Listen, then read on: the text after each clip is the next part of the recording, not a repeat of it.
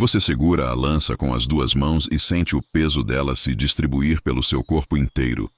Não é pesada, é justa, como se fosse parte de você que você ainda não sabia que faltava. Lá na frente, entre as árvores, tem algo enorme se movendo. Você não sabe o nome do animal. Você não precisa.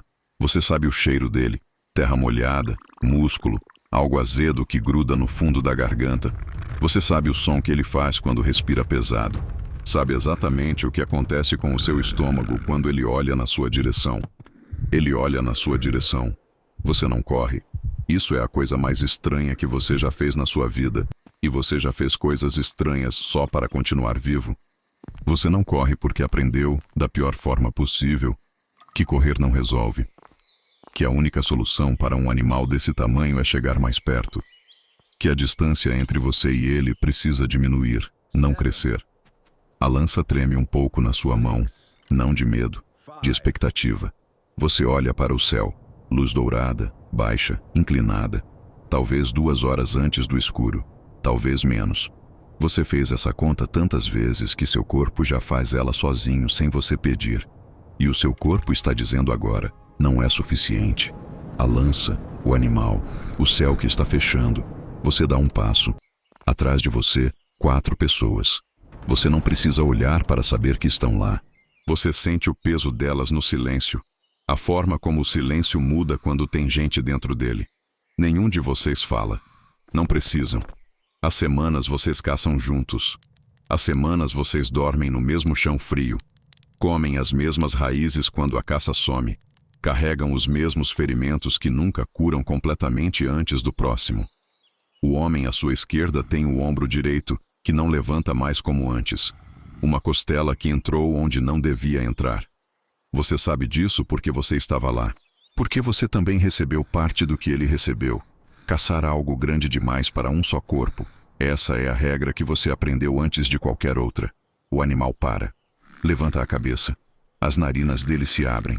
Você consegue ver daqui, a 100 passos, a carne pulsando nos lados do focinho enquanto ele testa o ar. Você para junto com ele. Fica parado por um tempo que não tem medida. Não por medo, por algo que ainda não tem nome. E então o vento muda de direção. O animal abaixa a cabeça. Volta a pastar. Você solta o ar devagar, devagar, até não ter mais nada para soltar. O perigo passou. Você quase acredita nisso.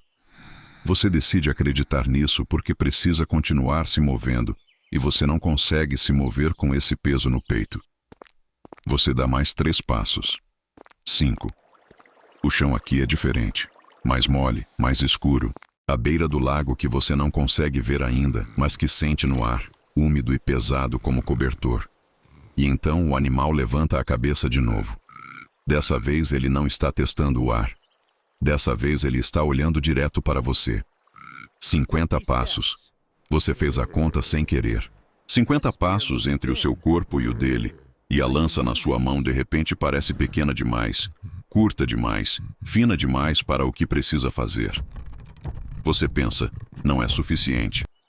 O seu corpo pensa outra coisa. O seu corpo já está se abaixando, inclinando a ponta da lança para cima, fincando o cabo no chão úmido na frente do seu pé. Um gesto que você fez 1000 vezes e que agora acontece sem você mandar. O animal bufou. Você não sabe ainda o que aquele gesto significa.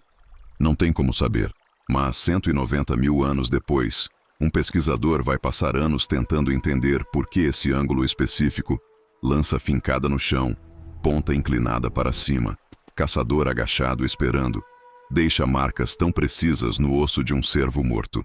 Em 2018, a pesquisadora Sabine Gaudzinski-Windhäuser, da Universidade Johannes Gutenberg de Mainz, estava olhando para 2 ossos de cervo.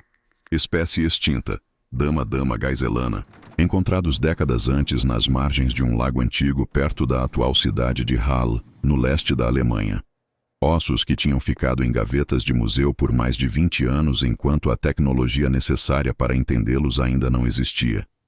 A tecnologia chegou. E os ossos contaram tudo. Uma perfuração circular de 11 milímetros no topo da pelve de um cervo de 6 anos, exatamente ao lado da espinha. Um orifício tão preciso, tão limpo, que não poderia ter sido feito por outro animal. Não por um canino, não por um chifre, apenas por uma ferramenta, segurada por uma mão, direcionada por uma intenção. Os pesquisadores fizeram o óbvio, recriaram as lanças, mediram 1,8 metro cada uma, reproduziram o ângulo, tentaram jogar, tentaram arremessar de distâncias diferentes, com forças diferentes, por pessoas diferentes. Não funcionou. Nenhum arremesso produzia aquela lesão específica. Então tentaram outra coisa. Fincaram a lança no chão, inclinaram a ponta para cima e esperaram. A ferida era idêntica. O que aquele caçador estava fazendo, agachado na beira daquele lago há 120 mil anos, não era atacar o animal. Era preparar uma armadilha feita do próprio corpo do animal. Usar o peso, a velocidade, o impulso de uma criatura de centenas de quilos contra ela mesma. A força do cervo em movimento é que aprofundava a lança. A força do cervo é que matava o cervo. No que diz respeito ao uso de lanças, escreveu Gaudzinski Windhauser no estudo publicado na Nature, Ecology and Evolution, finalmente temos a cena do crime que combina com o proverbial smoking gun. Enquanto isso, naquele lago antigo que virou campo de escavação, os arqueólogos contaram os ossos ao redor. Não era um cervo, não era uma caçada solitária. As evidências apontavam para um grupo, múltiplos animais, múltiplos caçadores, uma estratégia coordenada que exigia comunicação, planejamento, confiança mútua entre pessoas que dependiam umas das outras para não morrer. Isso era o começo de uma revisão muito maior. Porque aquela cena, aquele grupo de figuras agachadas na beira de um lago, segurando lanças fincadas no chão enquanto coordenavam em silêncio, não era Homo sapiens, era Neandertal. E durante décadas, a ciência havia decidido que neandertais não eram capazes de nada disso. Lá atrás, na beira do lago, você ainda está agachado. A lança ainda está fincada no chão. O cervo ainda está a 50 passos. E você não sabe que está fazendo algo que pessoas muito distantes de você, em um tempo que não tem nome ainda, vão chamar de sofisticado. Você só sabe que funciona. O problema com os neandertais sempre foi o seguinte: a ciência demorou muito para parar de subestimá-los. Durante a maior parte do século XX, o consenso era relativamente confortável. Neandertais eram vistos como seres rudes, instintivos, fundamentalmente diferentes de nós. Capazes talvez de segurar uma pedra afiada, mas não de planejar, não de cooperar em alto nível, não de desenvolver estratégias que exigissem o tipo de cognição que consideramos humana. Então vieram as lanças de Schöningen. Em 1994, o arqueólogo Hartmut Thieme estava dirigindo escavações em uma mina de carvão em Schöningen, no norte da Alemanha, quando encontrou madeira preservada em condições que normalmente destroem tudo. A lama ácida havia sido neutralizada pelo calcário, uma janela química de preservação que acontece uma vez a cada 1 milhão de escavações. O que saiu dali não era um pedaço de madeira, era uma lança, depois outra, depois outra. No total, um conjunto que acabaria revelando, 30 anos depois, 187 artefatos em madeira, incluindo um mínimo de 20 armas de caça. O estudo completo do conjunto foi publicado no PNAS em abril de 2024, por Dirk Leder e colegas do Instituto Leibniz. Por quase 30 anos após a descoberta, o mundo conhecia 3 lanças. Eram 20. E então, em maio de 2025, veio outra reviravolta. Jarod Hudson, do Leibniz Zentrum für Archäologie em Mainz, e Kirsty Penkman, da Universidade de York, usaram uma técnica chamada geoquímica de aminoácidos, análise de caracóis fossilizados, retirados diretamente das camadas onde as lanças foram encontradas, para redatar o sítio. A conclusão, publicada na Science Advances, foi direta. As lanças de Schöningen não têm 400 mil anos, não têm 300 mil, têm aproximadamente 200 mil anos, 100 mil anos mais jovens do que o mundo acreditava. Isso mudou tudo, porque 200 mil anos atrás, aquelas lanças não pertencem ao Homo heidelbergensis, o ancestral comum, o ser intermediário, a categoria genérica. Pertencem aos neandertais. E o que elas dizem sobre os neandertais é o seguinte: eles caçavam em grupos organizados, em temporadas específicas, com armas projetadas com o centro de gravidade no primeiro terço do comprimento. exatamente como as javelinas olímpicas modernas. Design que engenheiros esportivos do século XX chegaram de forma independente após décadas de otimização.